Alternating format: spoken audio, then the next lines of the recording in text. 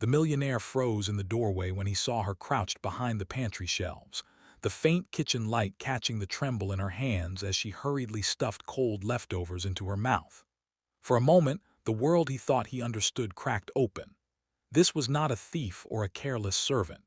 This was his maid, the woman who scrubbed his floors until they shined, who never missed a day, who always kept her eyes lowered.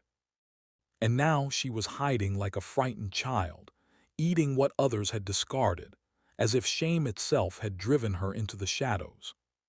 Before the story goes any further, if you believe in kindness, second chances, and the quiet power of compassion, please take a moment to like this video, share it with someone who needs hope, comment your thoughts, and subscribe to the channel. Your support helps stories like this reach hearts that need them most. The mansion was vast and immaculate, perched high above the city like a symbol of victory. The man who owned it had built his fortune from nothing, or so he liked to tell people, and over the years success had hardened him. He believed in discipline, efficiency, and distance. His staff was treated fairly, paid on time, and kept at arm's length. Emotions were distractions. Problems were inconveniences. He told himself that generosity was best handled through checks and charities, never through messy human involvement. That belief had served him well, until the night he came home early and walked into a truth he had never bothered to see. The maid had been with him for 3 years. She arrived before sunrise and left after sunset, moving through the house like a ghost, leaving order in her wake. He barely knew her name, barely noticed her presence. To him, she was part of the machinery that kept his life running smoothly. But as he stood there watching her eat, hunched and desperate, he felt something unfamiliar tighten in his chest. This was not laziness or greed.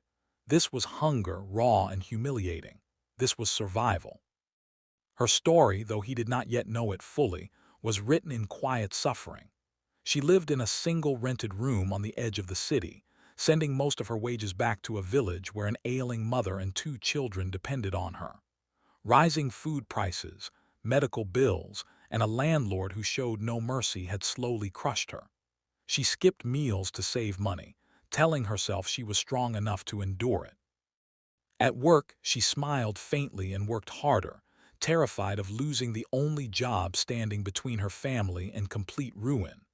By the time hunger drove her to those leftovers, pride had already been broken. The millionaire did not speak that night. He retreated, but the image followed him.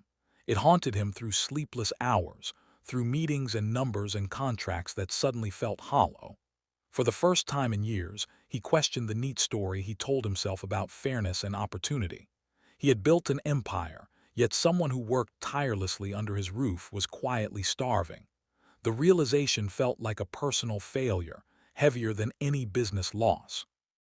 Over the following days, he began to notice what he had ignored before. He saw the way her shoulders sagged by evening, the careful way she avoided the dining area, the faint circles under her eyes. He started asking questions, not directly at first, but through small changes. Extra food appeared in the kitchen. Untouched allowances were left where she would find them. Working hours were adjusted. Still, she remained cautious, as if kindness itself was a trap that could snap shut at any moment. The real change came when he finally chose to listen, not as an employer ticking off obligations, but as a human being confronting another's pain. What he learned shattered him. Her husband had died years earlier in an accident that left debts behind. Her mother's illness required constant medication. Her children,